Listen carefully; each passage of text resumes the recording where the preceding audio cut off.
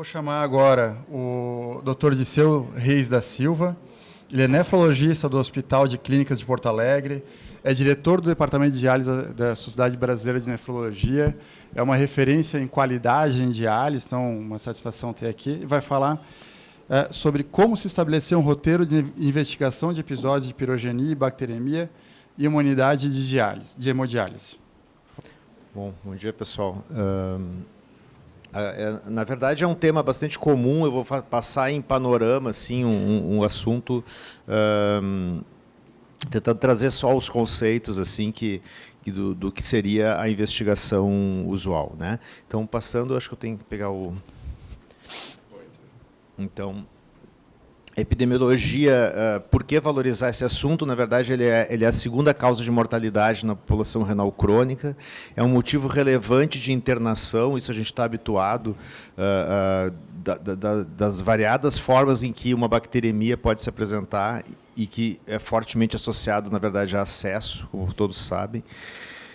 A incidência de bacteremia nessa população, até pelas invasões que eles sofrem, pelos tratamentos repetidos que eles são submetidos, ela é várias vezes superior à da população em geral. Mas, realmente, quando a gente se depara com, por exemplo, no Staphylococcus aureus, ela é 47 vezes maior que a população em geral. É muito relevante.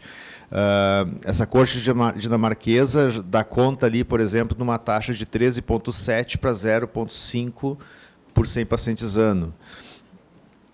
E no Canadá, revisaram ali em relação a pseudomonas também uma diferença de 120 vezes maior. E que no Brasil, associado a catéteres, uma vez que 20% da população, como em geral, ela está dependente de catéteres, né?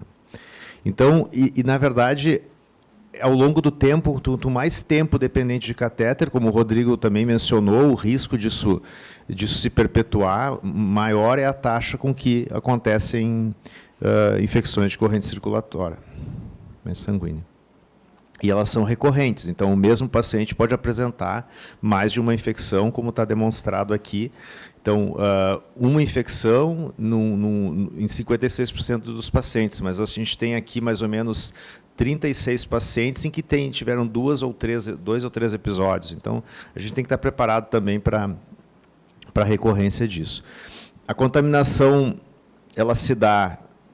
Eu vou tratar mais de catéter porque é o nosso cenário, mas a contaminação pode se dar tanto extraluminal quanto endoluminal. Aqui, esse artigo saiu, até recomendo a leitura, é da New England desse ano. Então, a gente tem as várias oportunidades em que um catéter pode se ver infectado, tanto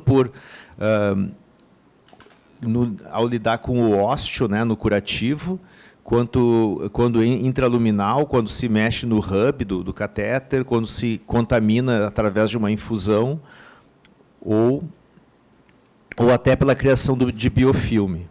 Então, tem mais de uma forma fisiopatogênica para isso acontecer. Os fatores de risco são conhecidos, mas para lembrar, a imunodepressão dos pacientes, a desnutrição, os acessos venosos limitados, e a gente acaba utilizando o mesmo acesso mais de uma vez, a mesma topografia, com múltiplas manipulações de catéter, em que eles são reposicionados, às vezes, para viabilizar a sessão de diálise. E também, veja que aparece nesse artigo, que é um artigo geral sobre infecções de acesso central, aparece ali a hemodiálise como um fator de risco definido, né? Não deixando de lembrar também que a exposição àquele volume de água que a gente trata para viabilizar o tratamento, ele tem os seus parâmetros conhecidos ali de contaminação máxima via endotoxina ou via contagem de heterotróficas, e que, com níveis de ação definidos, isso tudo também faz parte do cenário desses pacientes.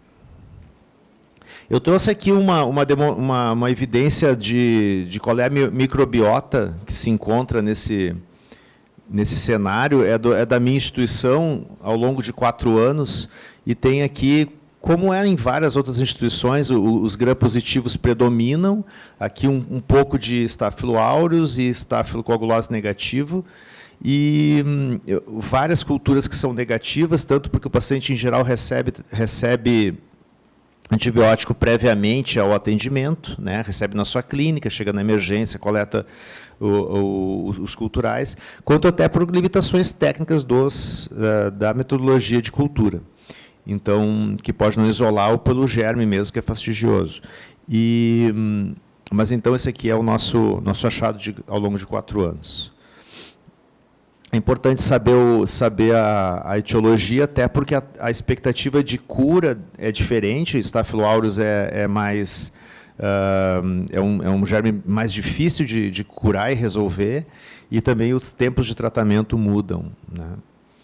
Então, o biofilme são estruturas que vão se criando, acaba se desenvolvendo um ambiente anaeróbio subjacente ao biofilme, onde a bactéria tem uma taxa metabólica menor, ela acaba sendo menos suscetível aos antibióticos, e também os antibióticos não têm o mesmo acesso, né, àquela topografia. Isso se cria no interior dos catéteres.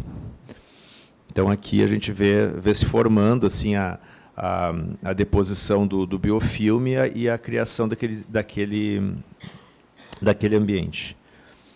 Então, isso torna os micro-organismos de 100 a 1000 vezes menos suscetíveis aos antibióticos, e daí só trocando o catéter mesmo para resolver. Tem várias formas de se combater esse biofilme, de se prevenir, e isso é do conhecimento de todos nós, mas só para mencionar, porque isso é bastante relevante em catéteres que permanecem mais tempo em uso. O quadro clínico, em comparação, o quadro clínico é importante descrever que febre e tremor não é um pré-requisito para que esteja ocorrendo um evento de bacteremia. Então, a gente tem 20% dos pacientes que não tem nenhum nem outro, mas tem outro, tem rebaixamento do sensório, hipotensão, e isso tem que ser valorizado e pesquisado com hemocultura, né? A única forma ao se deparar com isso na diálise, né? Aqui a gente vê, então, que só 35% dos pacientes nessa casuística tiveram febre durante a sessão de diálise na presença de bacteremia.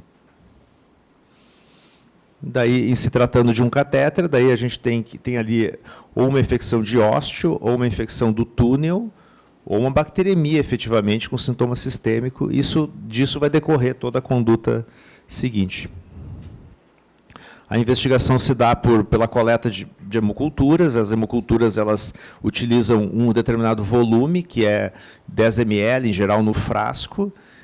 Se coleta 2 amostras, o rendimento é melhor, né? A opção por cultivar fungo vai muito do contexto clínico. O paciente já vem sendo tratado, já está na 2ª, 3ª infecção, daí se indica coletar. O momento da coleta é preferentemente o momento do sintoma e o momento de elevação da curva térmica, né? E que se colete a hemocultura sempre antes de iniciar o antibiótico.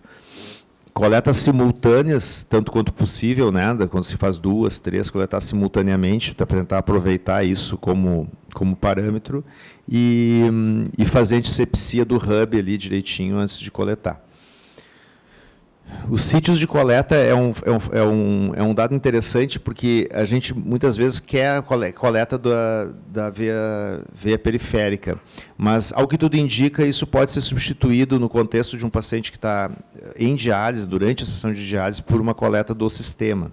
Então, durante a hemodiálise, pode-se parar a diálise e coletar do hub venoso ou fazer do circuito, mas o desempenho, eu vou mostrar a seguir, ele é semelhante. E no período interdialítico, se coleta do acesso vascular e do periférico.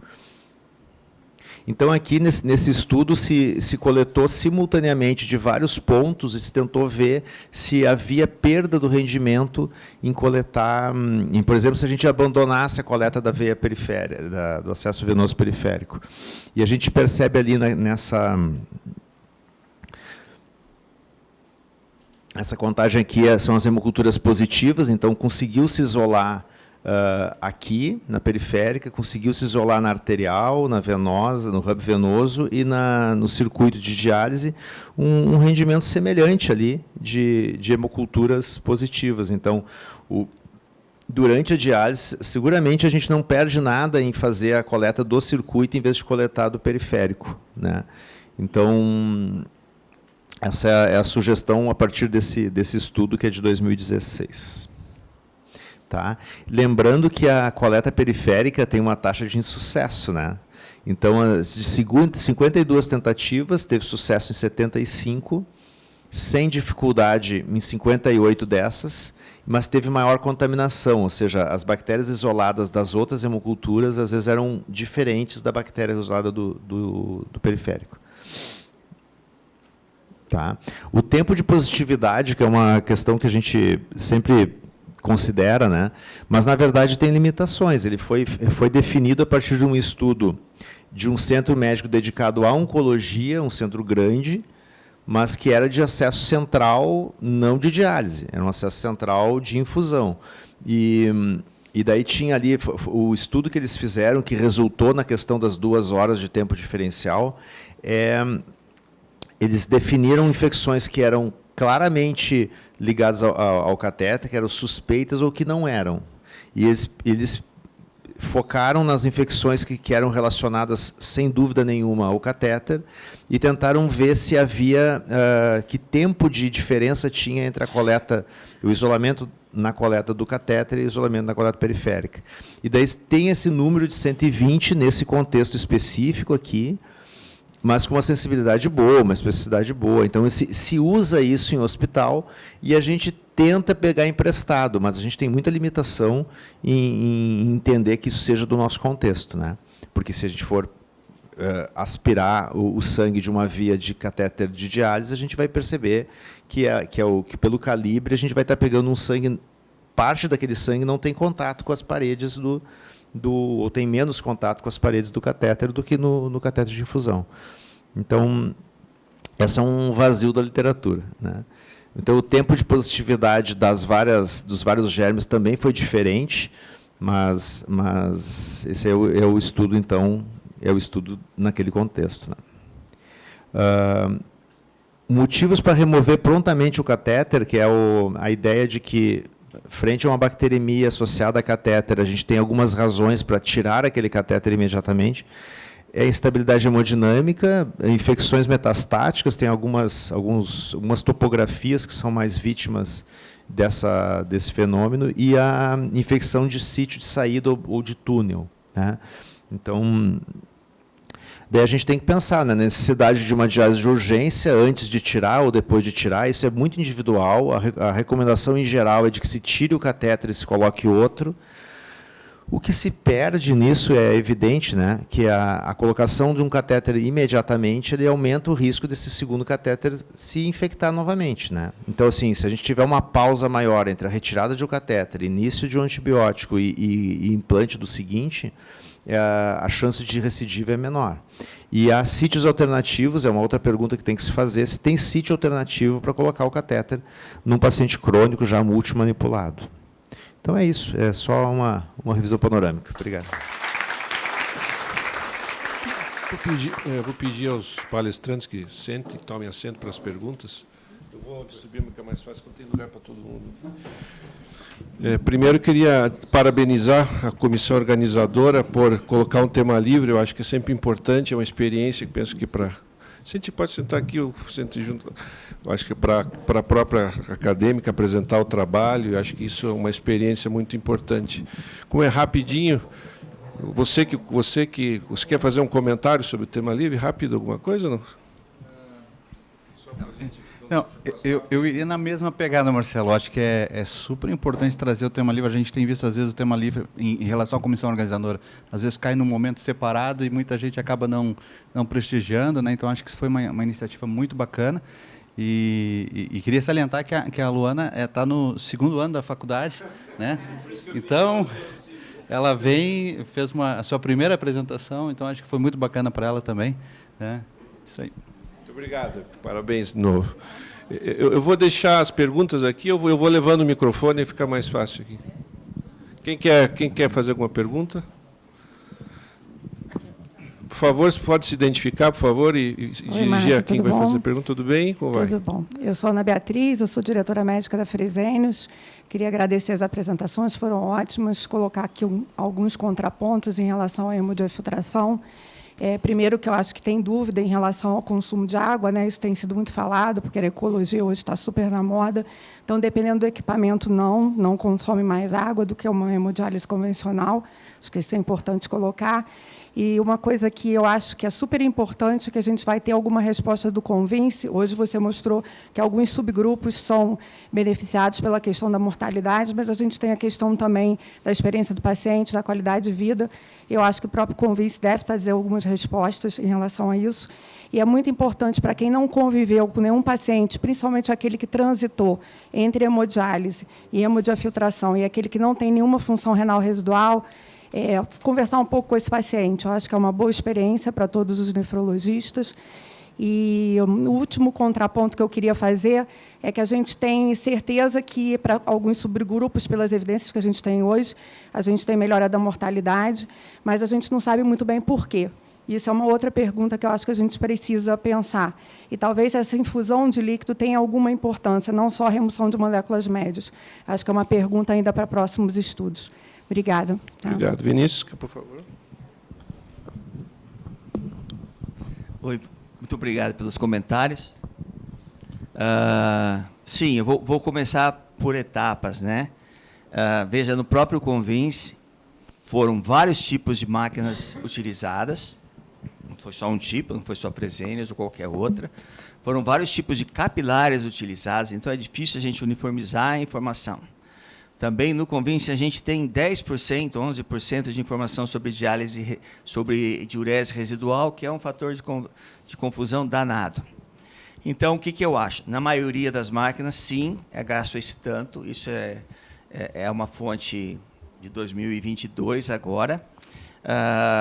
Não tenho nem dúvida que vão ver muitas análises de subgrupos. Eu, inclusive, mencionei que qualidade de vida, né, e manter o desempenho do paciente é um objetivo muito importante. Então, vida, sim. Sobrevida, sim. Mas com qualidade. Então, eu acho que esse é um ponto importante. Acho que é um avanço fenomenal para nós, mas o que eu quero dizer é que a gente tem que analisar o dado com o tamanho que o dado tem. O dado é muito útil, mas ele se presta, por enquanto, a algumas situações.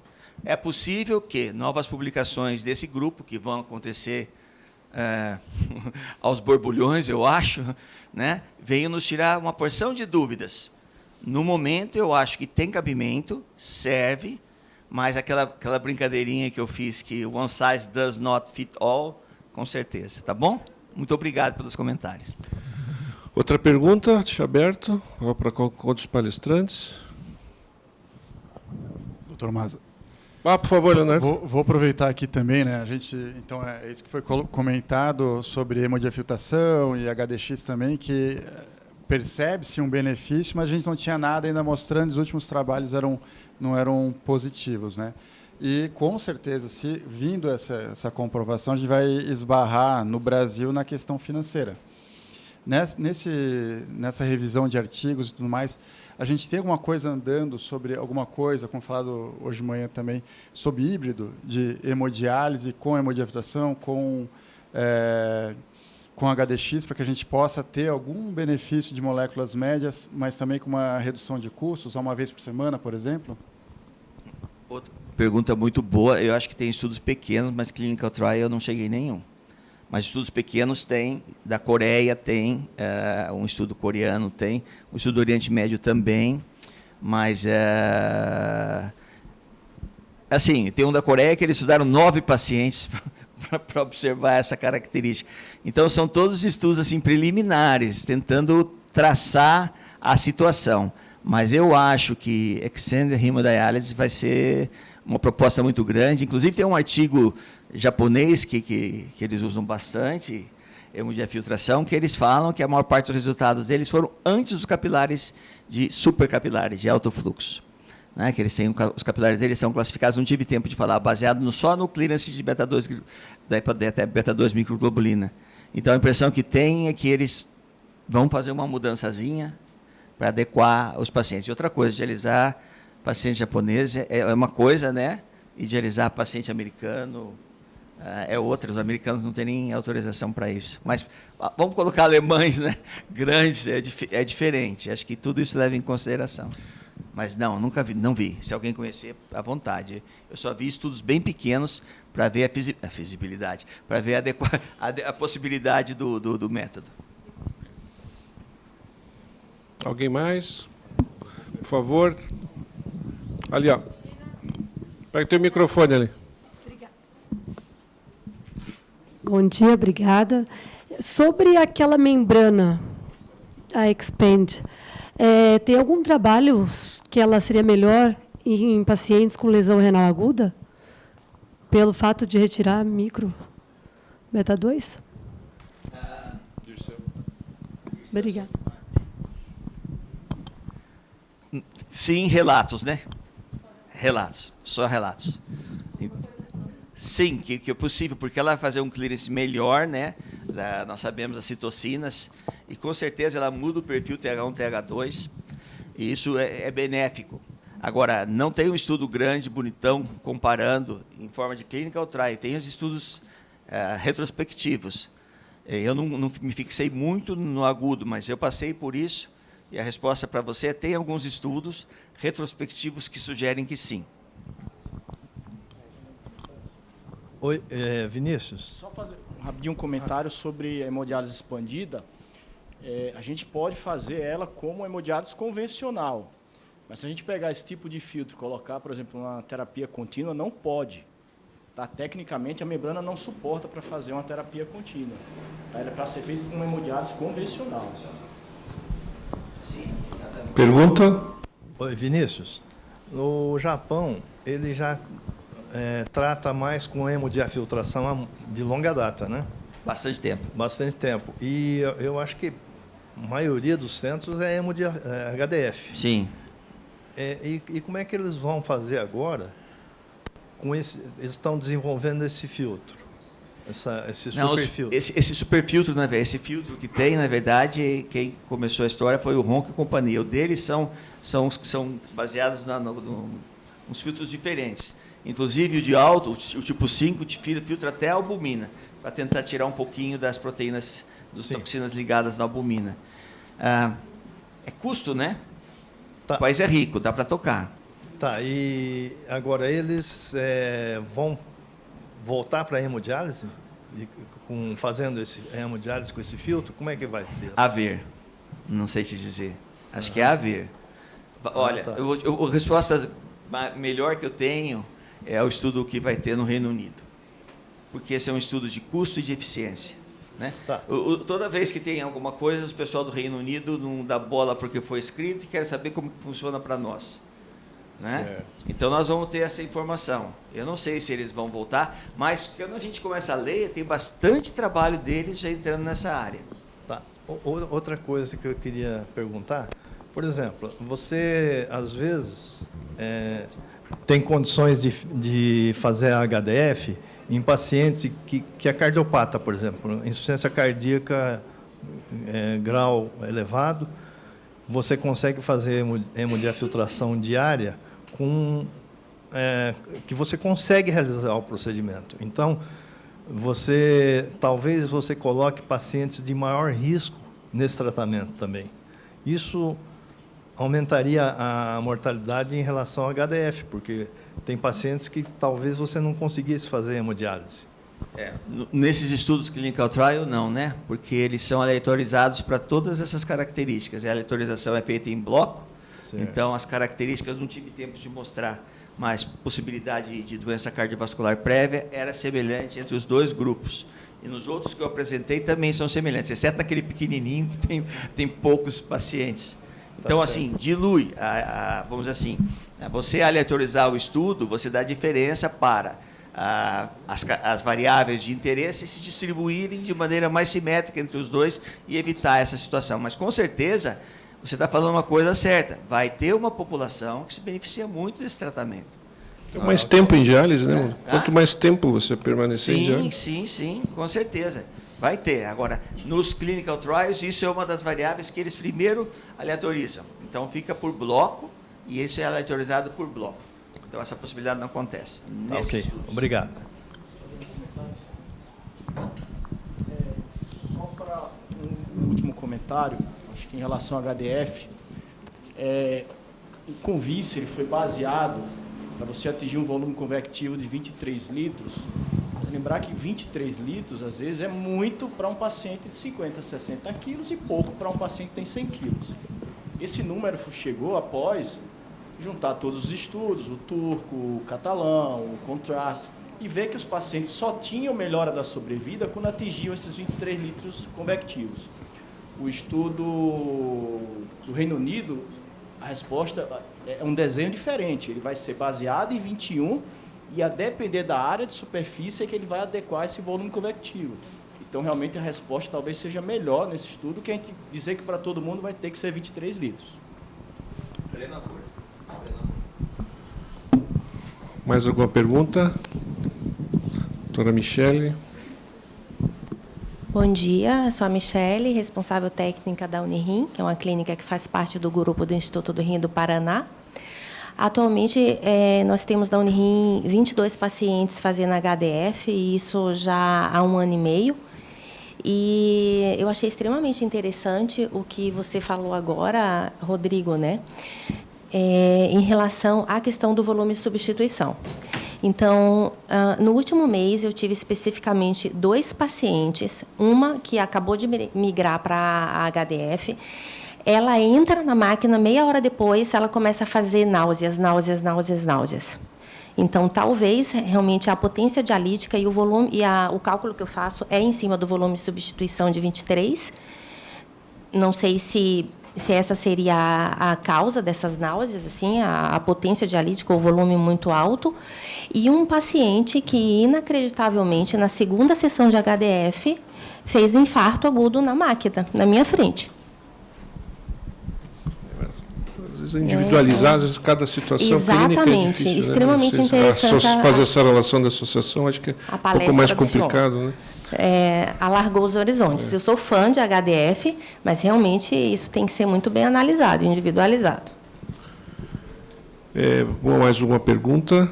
Doutor Dirceu, doutor Rodrigo? Eu posso fazer uma pergunta para o Dirceu? Claro. Manda aí. Mãe, Dirceu. Dirceu, você mostrou participação que eu achei pequena de gram-negativos. O que você acha que está acontecendo? O que você acha que é o futuro dos gram-negativos nessas contaminações, especialmente nos pacientes que vêm oriundos, iniciam diálise em hospital, em ambiente hospitalar? Na verdade, cabe entender que aquela população ali, a população tem uma forte participação de pacientes oriundos da emergência de unidades do Estado inteiro. Então, são pacientes habituais, assim, ambulatoriais habituais, assim, não são pacientes com complicações clínicas de hospital, que daí que certamente teria uma participação maior. Então, a visão é que tem que ver a população mesmo, né? Nesse sentido, por isso que se justifica. Mas emendando, Dirceu, um pouquinho, sei que não foi o tópico da tua palestra, mas queria que você comentasse um pouquinho, porque eu acho que tem muita gente aqui também que sofre na unidade, eu acho que é mais do que catéter, são os episódios de pirogenia, né, que você tem relacionado a muita contaminação, às vezes, da água, da diálise, capilares.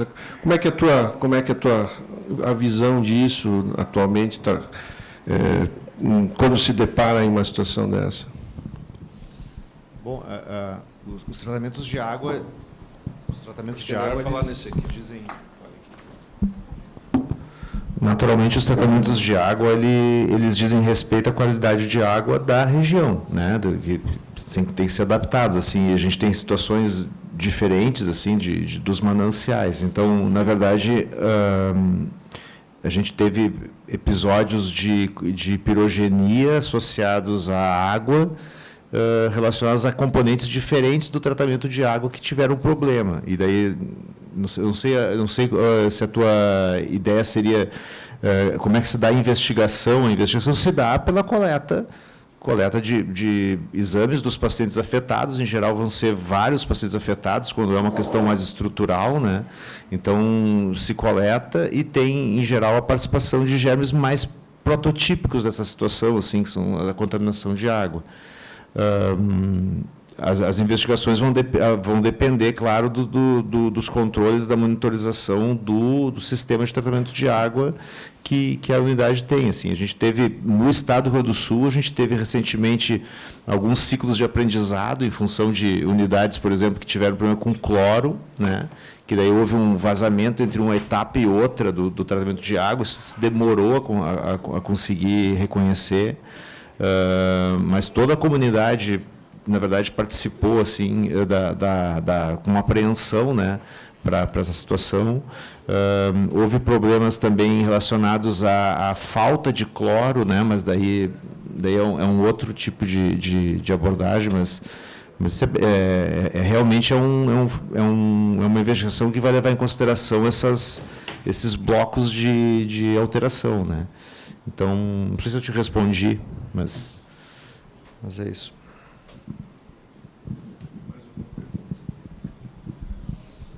Rodrigo, o que você acha da dificuldade, você que está participando em curso de treinamento, etc., de monitoramento de fístula? Quem que faz o exame físico das fístulas? Como é que você vê isso? É a enfermagem que faz, os residentes que são preparados para fazer isso? Isso ajuda realmente até chegar no Doppler ou não? Eu acho que a gente não pode sair da residência médica, primeira coisa, o residente sem examinar a fístula. Foi você que me ensinou a examinar a fístula. O residente ele não pode sair, inclusive na sua gestão, né, as competências de 2021 para a residência médica em nefrologia, foi na sua gestão, está lá, exame físico de fístula. O residente ele tem que saber examinando fístula. E dentro da clínica, né, eu acho que o médico, que é o responsável que está lá, ele tem que treinar toda a equipe. Né? Eu acho que ele é o responsável por isso, trazer a enfermagem e os técnicos de diálise para treinar. E aí cabe uma decisão da sua clínica se você quer orientar familiares e pacientes. Né? O Fistula First orientava, né, eu mostrei ali. O CADOC de 2019 orienta, tem lá todo um treinamento na internet de como fazer o paciente, ver, palpar e ouvir, tá? Coisa fácil, rápida, em 2 minutos ele consegue fazer isso. Então, cabe, eu acho que o médico, junto com sua equipe, né, treinar e treinar familiares e pacientes. O paciente não enxerga, mas você pode treinar uma familiar para olhar a ficha e o paciente consegue ouvir. Tá? Então, cabe, eu acho que cada unidade de diálise, juntos, definir o seu protocolo de treinamento, mas tem que examinar. Hoje, o CADOC recomenda como o principal método de monitoramento é exame físico. Tá? Eu não tinha, até coloquei, não tinha tempo, mas aquele estudo, quando você me orientou, eles pegaram o nosso estudo, criaram uma tabela para calcular o índice kappa, que a gente não tinha calculado, e está lá. Eles usaram o nosso estudo como referência. Tá? Então, eles hoje recomendam exame físico, alterações de indicadores clínicos em diálise como principal mecanismo de indicar uma angioplastia, uma nova fístula, uma reanastomose, o que seja. Pessoal, acho que vai ter... Última pergunta para o nosso Adelso, última das que acho que o pessoal vai entrar aí está entrando para o simpósio, né? Na verdade, não seria nem pergunta. A da Elcio de Maringá, eu queria aproveitar a oportunidade e parabenizar a acadêmica, né? Pela apresentação, ela foi muito bem. Parabéns.